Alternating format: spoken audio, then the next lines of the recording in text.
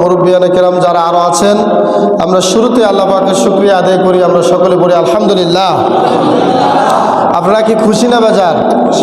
এই যে আমরা মসজিদের ভেতরে বসছি, এই সময়টাই আল্লাহর কাছে এটাই নাজাতের ওসিলা হতে পারে, এই আকীদা বিশ্বাস আপনাদের আছে? এই সময়টুকুই হয়তোবা আমার নাজাতের একটা কারণ হতে পারে, এই বিশ্বাস কি আপনারা করেন? কারণ এটাই হচ্ছে আসল আকীদা। আল্লাহ কোন আমলের দ্বারা, কোন আমলের বাদৌলতে আমাকে পরকালে পার করবেন, এটা আল্লাহই ভালো জানেন, আমরা কেউ জানি না। সম্মানিত উপস্থিতি, এই জন্য আবারও জবান খুলে দিয়ে বখিলতা ছেড়ে দিয়ে বলি আলহামদুলিল্লাহ। লাখো কোটি দরুদ ও সালাম নবী মুহাম্মদ রাসূলুল্লাহ সাল্লাল্লাহু আলাইহি ওয়াসাল্লামের প্রতি।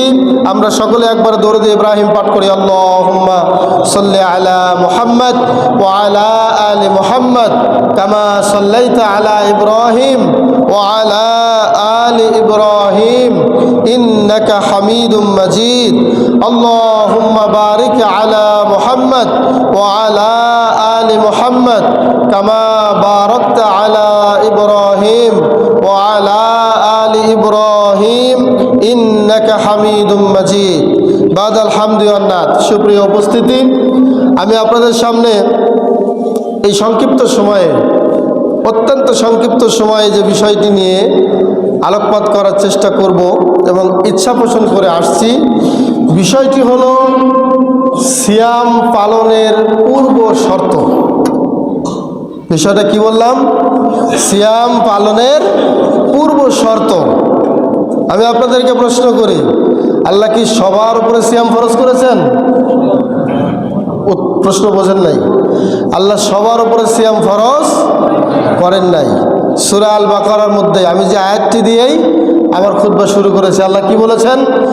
আউযু বিল্লাহি মিনাশ শাইতানির রাজিম।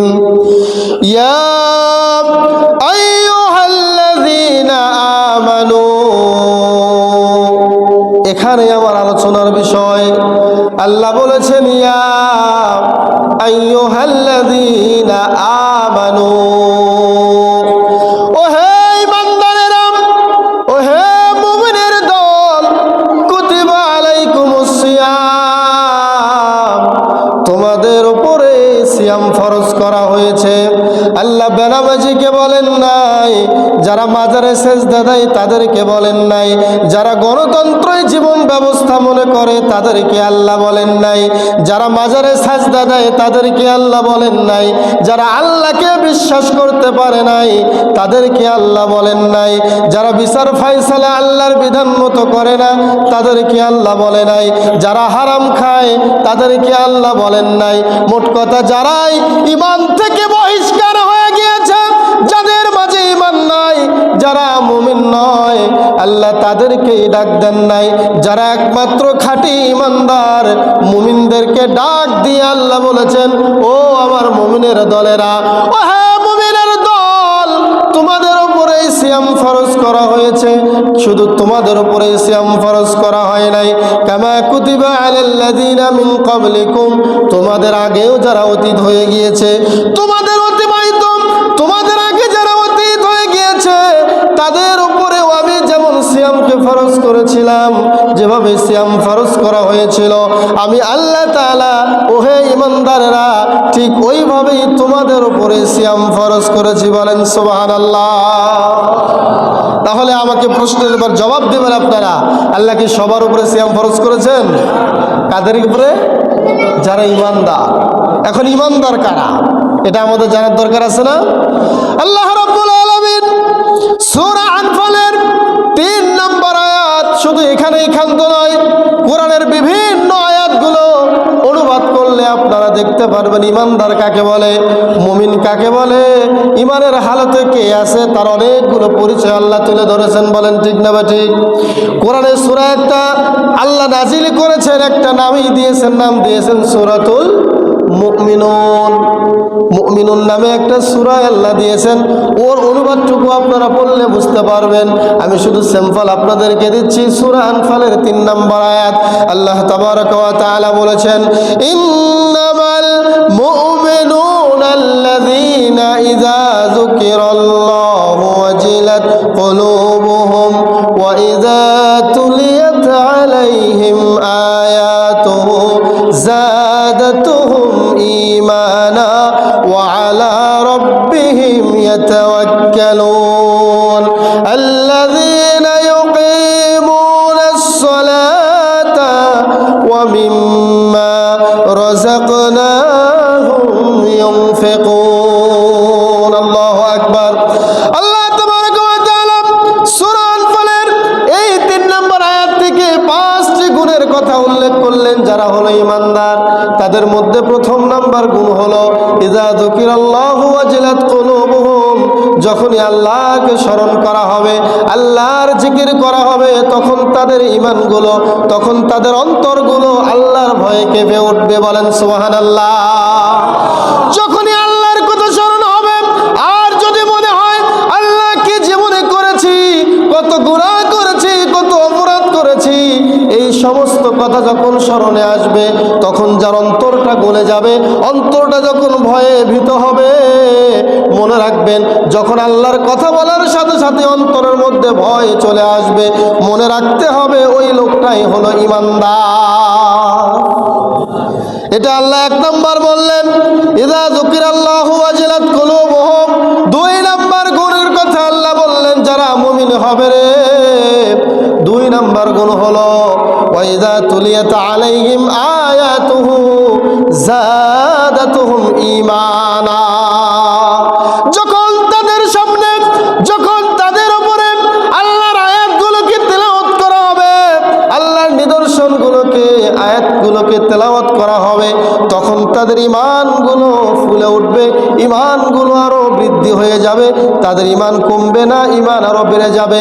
আমি উদাহরণ দিলে বুঝতে পারবেন, একটা পাতিলে যদি পানি আপনি জাল দেন, আর একটা পাতিলে যদি দুধ রেখে আপনি জাল দেন, পানির বোতলে পানির পাতিলটা কিন্তু উপরে ফুলে উঠবে না, ওটা হাওয়া হয়ে আকাশে উড়ে যাবে। কিন্তু দুধের পাতিলের নিচে যদি আপনি জাল দিতে থাকেন, আস্তে আস্তে করে দুধ কিন্তু ফুলে ওঠে। কথা বলেন ঠিক কিনা? পাতিলের উপরে দুধ ফুলে ওঠে। ঠিক যারা ঈমানদার হবে, তাদের সামনে যখন আল্লাহর আয়াতগুলো তেলাওয়াত করা হবে, ওই দুধের মতো তাদের ঈমানগুলো আরো তাজা হয়ে যায়। সুবহানাল্লাহ। এটা হলো 2 নম্বর গুণ। আল্লাহ বললেন তাদের সামনে আল্লাহর আয়াতগুলো তেলাওয়াত করা হলে তারা কি করে? তাদের ঈমানগুলো বৃদ্ধি হয়ে যায়। এরপরে 3 নম্বরে আল্লাহ ঈমানদারের গুণাগুণ বললেন, ওয়া আলা রাব্বিহিম ইয়াতাওয়াক্কালুন। তারা আল্লাহর উপরে ভরসা করে, আল্লাহ ছাড়া কারো উপরে ভরসা করে না। সুবহানাল্লাহ। সন্তান না হলেই, সন্তানের জন্ম দিতে না পারলেই বিভিন্ন পীরের দরবারে যায়। মনে রাখবেন এদের উপরে আল্লাহ সিয়াম ফরজ করেন নাই। যদি বলে বাবা আমাকে একটা সন্তান দাও, এই কথা বলার সাথে সাথে সে ইসলাম থেকে খারিজ, তার ঈমান নাই, আল্লাহ তার উপরে সিয়াম ফরজ করেন নাই। 4 নম্বরে আল্লাহ বলেছেন আল্লাযীনা ইউকিমুনাস সালাতা, যারা সালাত কায়েম করে। আমার ভাইয়েরা মনোযোগ দিবেন, যারা সালাত কায়েম করে না, আজকাল দুঃখজনক হলো সত্য, আমরা অনেক আছি এমন মুসলমান, নামে মুসলমান, নামাজ 1 ওয়াক্ত আমাদের জীবনে কোনোদিন আমরা আদায় করি না, এরপরেও দাবি আমরা মুসলমান। বলেন নাউজুবিল্লাহ। নামাজ 1 ওয়াক্ত পড়ে না, কিন্তু দাবিটা কি বলেন তো? মুসলমান। এই দাবি কি সত্য না মিথ্যা? এটা বাপদাদার সম্পত্তি নয় যে আপনি বাবার সন্তান, আপনি ছেলে হন আর মেয়ে হন, ল্যাংড়া হন আর লুলা হন, বাবার বংশে জন্ম নিলেই আপনি যে সম্পদের মালিক হবেন এটা বাস্তব, কিন্তু মুসলমানের ঘরে জন্ম নিলে মুসলমান হয় না, ওটা মুসলমান বানাতে হয়। কথা ভুল বললাম? মনে রাখবেন, ডাক্তারের ঘরে জন্ম নিলেই ডাক্তার হওয়া যায় না, ইঞ্জিনিয়ারের ঘরে জন্ম নিলে ইঞ্জিনিয়ার হওয়া যায় না। ডাক্তারের সন্তান যদি ডাক্তার হতে চায় তাকে সায়েন্স নিয়ে পড়তে হয়, ইঞ্জিনিয়ারের সন্তান যদি ইঞ্জিনিয়ারিং পাস করতে চায় তাকে ইঞ্জিনিয়ারিং লাইনে লেখাপড়া করতে হয়। বলেন ঠিক না ঠিক? ঠিক তেমনি ভাবে মুসলিম হতে গেলে তাকে মুসলমানের কাতারে আসতে হলে আল্লাহর দেওয়া গাইডলাইন ফলো করতে হবে। নচেত বাবা যত বড় আলেম হোক না কেন, আমার দাদা যত বড়ই পীর হোক না কেন, বাবা যত বড়ই বুজুর্গ হোক না কেন, বাবার নাম দিয়ে কোনো কাজ হবে না। ওই ব্যক্তির কোনো উপকার আমার লাগবে না যদি আমার নিজের কোনো ইসলামত্ব, নিজের মুমিনত্ব ঠিক না রাখতে পারি। বলেন ঠিক না বা ঠিক? আল্লাহ পাক কোরআনে অনেক জায়গায় বলেছেন জান্নাত প্রস্তুত করা হয়েছে মুত্তাকিদের জন্য। এখন আপনার একটা সন্তান জন্ম নিল, নাম রাখলেন মুত্তাকি। নাম কি রাখলেন? মুত্তাকি। সন্তানের নাম মুত্তাকি বা মুস্তাকিম। এই নামগুলো রাখলে যদি মুত্তাকির মধ্যে যদি নামাজ না থাকে, এই হাজার মুত্তাকি নাম দিয়ে কোনো কাজ হবে? কাজ হবে না। আল্লাহর নবী বলেছেন কুল্লু উম্মতি ইয়াদখুলুনাল জান্নাহ। সহিহ বুখারীর বর্ণনা, বাবুল কিতাবি ওয়াস সুন্নাতের মধ্যে হাদিসটি এসেছে, সহিহ মুসলিমের মধ্যে এসেছে, মিশকাতুল মাসাবিহের মধ্যে এসেছে। বিশ্বনবী বলেছেন প্রত্যেকটা উম্মত জান্নাতে যাবে ইল্লা মান আবা, যারা আবা ব্যতীত। সাহাবীরা প্রশ্ন করলে ইয়া রাসূলুল্লাহ মান আবা ইয়া রাসূলুল্লাহ, আবা কারা? বিশ্বনবী বললেন মান আতাআনি দাখালাল জান্নাহ ওয়া মান আসানি ফাকাদ আবা। সোজা কথা বিশ্বনবী বলে দিলেন যারা আমার অনুসরণ করলো তারা জান্নাতে চলে গেল, আর যারা আমার নাফরমানি করলো ওরাই হলো আবা, আর ওরা জান্নাতে যেতে পারবে না। সুবহানাল্লাহ। অন্য হাদিসে বিশ্বনবী বলেছেন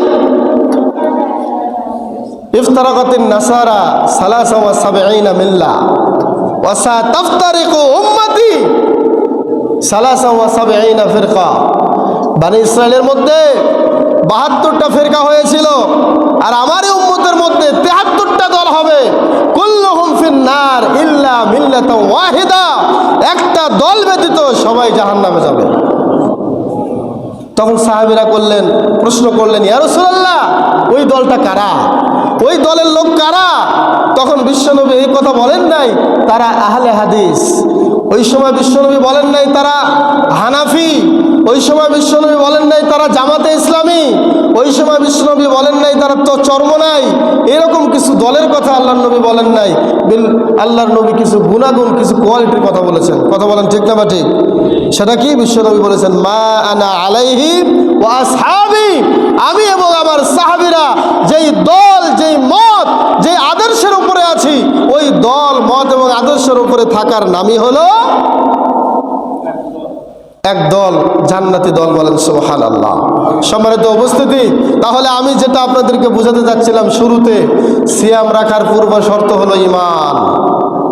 সিয়াম রাখার পূর্ব শর্ত কি বলেন তো? ঈমানের পথে অবিচল থেকে আমার মরণ যেন হয়। ঈমানের পথে অবিচল থেকে আমার মরণ যেন হয়। তোমারই কাছে বিনতি আমার, তোমারই কাছে বিনতি মোদের, ও গো রহিম রহমান। ঈমানের পথে অবিচল থেকে আমার মরণ যেন হয়। বলুন আমিন। এই জন্য বিশ্বনবী একটি হাদিসে 3টি আমলের কথা বলেছেন। কয়টি আমলের কথা? সহিহ বুখারী, মুসলিম, ইমাম বুখারী রাহিমাহুল্লাহ দুইজনে হাদিসটা একসাথে বর্ণনা করেছেন। হাদিসটি আমি খুতবার শুরুতেই বলেছি, বক্তব্যের শুরুতেই বলেছি। বিশ্বনবী বলেছেন মান সামা রমাদানা ঈমানাও ওয়া ইহতিসাবা। আল্লাহ ঈমানদারদের উপরে সিয়াম ফরজ করলেন। বিশ্বনবী ওই ঈমানটা শর্ত করে সিয়ামের ফজিলত বর্ণনা করলেন। বলেন সুবহানাল্লাহ। আল্লাহর নবী ওই ঈমানকে শর্ত জুড়ে দিয়ে, ঈমানটাকে সাথে লাগায়া দিয়ে সিয়ামের ফজিলত বর্ণনা করলেন। যার ঈমান থাকবে না, যার সবের আশা থাকবে না, যার ইখলাস থাকবে না, ওই ব্যক্তি যতই সিয়াম পালন করুক তার কোনো ফায়দা হবে না।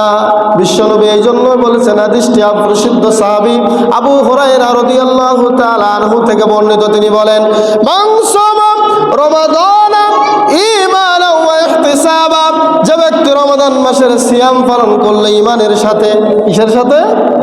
ঈমানের সাথে। তার মানে ঈমান আগে, ইমান নাই, তার সিয়ামের কোনো দরকারও নাই, কোনো প্রয়োজন নাই, আল্লাহ তার সিয়াম কবুল করবেন না। ইমানের যতগুলো শাখা আছে, ইমানের যতগুলো শাখা প্রশাখা আছে, আল ঈমানু বিদউন ওয়া সাবউনা শুবা ফাআফদালুহা ক্বাউলু লা ইলাহা ইল্লাল্লাহ ওয়া আদনাহা ইমাতাতুল আযা আনিত তারিক। বিশ্বনবী বলেছেন, সহিহ বুখারীর বর্ণনা, ইমানের অনেকগুলো শাখা আছে, সর্বোত্তম শাখা হলো লা ইলাহা ইল্লাল্লাহ, তার মানে আশহাদু আল্লা ইলাহা ইল্লাল্লাহ ওয়া আশহাদু আন্না মুহাম্মাদার রাসূলুল্লাহ, এটা বলে ইমানের কাতারে প্রবেশ করা। বলেন ঠিক না ঠিক? এটা হলো সর্বোত্তম ইমানের শাখা। আর ইমানের সর্বনিম্ন শাখা হলো ইমাতাতুল আযা আনিত তারিক, রাস্তা থেকে কষ্টদায়ক জিনিস সরে দেওয়া। আজকাল দুঃখজনক হলো সত্য, অনেক মা বোনেরা আমাদের আছে, অনেক ভাইয়েরা আছে, বাড়ির ভেতরের কিছু কাজ রাস্তায় এসে করে, রাস্তা বন্ধ করে দেয়। কথা ভুল বললাম? রাস্তায় হয়তো বা একটু রোদ আছে, সেখানে এমন কিছু আসবাবপত্র রাখতেছেন, যারা রাস্তা দিয়ে হাঁটতেছেন তাদেরও কষ্ট হচ্ছে, যারা গাড়ি ঘোড়া নিয়ে যাচ্ছেন তাদেরও কষ্ট হচ্ছে, এমন কিছু জিনিস ওখানে দিচ্ছেন, মোট কথা সেটা তার জন্য জায়েজ নয়। এগুলো কি আমরা করি না ভাই? করে না আমাদের মুমিন মুসলমানেরা? এটা কোনো মুসলমানের কাজ হতে পারে না। একজন মুসলিম কোশ্চিন কালেও অপর কোনো মুসলিমকে কষ্ট দিতে পারে না। আল মুসলিমু মান সালিম আল মুসলিমুনা মিন লিসানিহি ওয়া ইয়াদিহি, মুসলমান তো সেই যার জবান থেকে, যার হাত থেকে অপর মুসলিম নিরাপদে থাকে। বর্তমান নির্বাচনের হাওয়া বইতেছে, নির্বাচনের হাওয়ায় এক প্রার্থী এক মঞ্চে গিয়ে কি বকাবাজি করতেছে, এটা আপনারা দেখতেছেন না? আর এক নেতার নামে কত দুর্নাম, কত বদনাম, কত গীবত, কত নিন্দা, এগুলোই ভাই গণতন্ত্র। এগুলো কি বললাম? গণতন্ত্র, যেটা হারাম। এই হারামের ভেতরে কোশ্চিন কালেও শান্তি পাওয়া যাবে না। যত ইসলামী দল আসুক, যত ন্যায় ইনসাফের মানুষ আসুক, গণতন্ত্রের পথে যারা হাঁটবে, এই পথে কোনোদিন শান্তি আসবে না। শান্তি আসবে একমাত্র ইসলামের পথে। ইসলামী খেলাফত মেনে না নেওয়া পর্যন্ত বাংলাদেশ কেন, সারা মক্কাতেও কেউ শান্তি আনতে পারবে না। এটা আল্লাহর ওয়াদা, আল্লাহর দেওয়া সিস্টেম। এই সিস্টেমের বাইরে কেউ কোনো কিছু করতে চাইলে সেটা সফলতা আসতে পারবে না। প্রিয় উপস্থিতি, আমি যেটা বলছিলাম সেটা হলো, একটা শর্তই আমি বলছি, সেটা হলো সিয়াম রাখার আগে আমাকে দেখতে হবে, আমার সিয়াম রাখার আগে আমার খেয়াল করতে হবে আমার রোজা আছে, আমার কি বলে সালাত আছে কিনা, আমার আল্লাহর উপরে ভরসা আছে কিনা, আমি মাজারে যাই কিনা, বাবার পায়ে সাজদা দেই কিনা, আমি তাবিজ ঝুলাই কিনা, আমার গলায় তাবিজ আছে কিনা, এইগুলো থেকে বিরত থেকে, মোট কথা পুরো শিরক থেকে বিরত থাকা না গেলে কোশ্চিন কালেও আল্লাহ আপনার আমার সিয়াম কবুল করবেন না। বিশ্বনবী সহিহ বুখারী স্পষ্ট হাদিস, বিশ্বনবী প্রথমেই বললেন, মান সামা রমাদানা ঈমানান ওয়া ইহতিসাবা, যে ব্যক্তি রমাদানের সিয়াম রাখলো ঈমানের সাথে, সওয়াবের আশায়, ওই ব্যক্তির গফিরা লাহু মা তাকদ্দামা মিন দামবি, ওই ব্যক্তির জীবনের সমস্ত গুনাহ আল্লাহ ক্ষমা করে দেবেন। সুবহানাল্লাহ। ওয়া মান কামা রমাদানা ঈমানান ওয়া ইহতিসাবা, আপনি যখন কিয়ামুল লাইল করবেন, যখন তারাবির সালাত আদায় করবেন, সেখানেও আল্লাহর নবী ঈমান লেগে দিয়েছেন। বলেন সুবহানাল্লাহ। ওয়া মান কামা রমাদানা ঈমানা ওয়া ইহতিসাবা, আল্লাহর নবী বললেন, যে ব্যক্তি রমাদানের কিয়াম করলো ঈমানের সাথে, সওয়াবের আশায়, গফিরা লাহু মা তাকদ্দামা মিন দামবি, ওই ব্যক্তির জীবনের সকল সগীরা গুনাহ আল্লাহ ক্ষমা করে দিবেন। তাহলে ঈমান এখানেও শর্ত, সিয়ামের জায়গায় ঈমান শর্ত, তারাবির সালাত আদায় করার আগেও কি শর্ত? ঈমান। 3 নম্বরে বিশ্বনবী বলছেন, ওয়ামান কামা লাইলাতাল কদরি ঈমানান ওয়া ইহতিসাবা। চিন্তা করেছেন? পরপর 3টি বাক্যে একই শব্দ ব্যবহার করেছেন মুহাম্মদুর রাসূলুল্লাহ সাল্লাল্লাহু আলাইহি ওয়াসাল্লাম। যে ব্যক্তি রমজানের লাইলাতুল কদর জাগলো ঈমানের সাথে, সওয়াবের আশায়, ওই ব্যক্তির জীবনের গুনাহ ক্ষমা করা হবে। সুবহানাল্লাহ। তাহলে আমি যে মেসেজটুকু আপনাদেরকে দিয়ে গেলাম সেটা হলো সিয়াম কবুল এবং সিয়াম রাখার পূর্ব শর্ত কি? ঈমান। আরো অনেকগুলো শর্ত ছিল। হাযা মা ইনদি ওয়াল ইলমু ইনদাল্লাহ। আপনারা সকলে আমার জন্য দোয়া করবেন।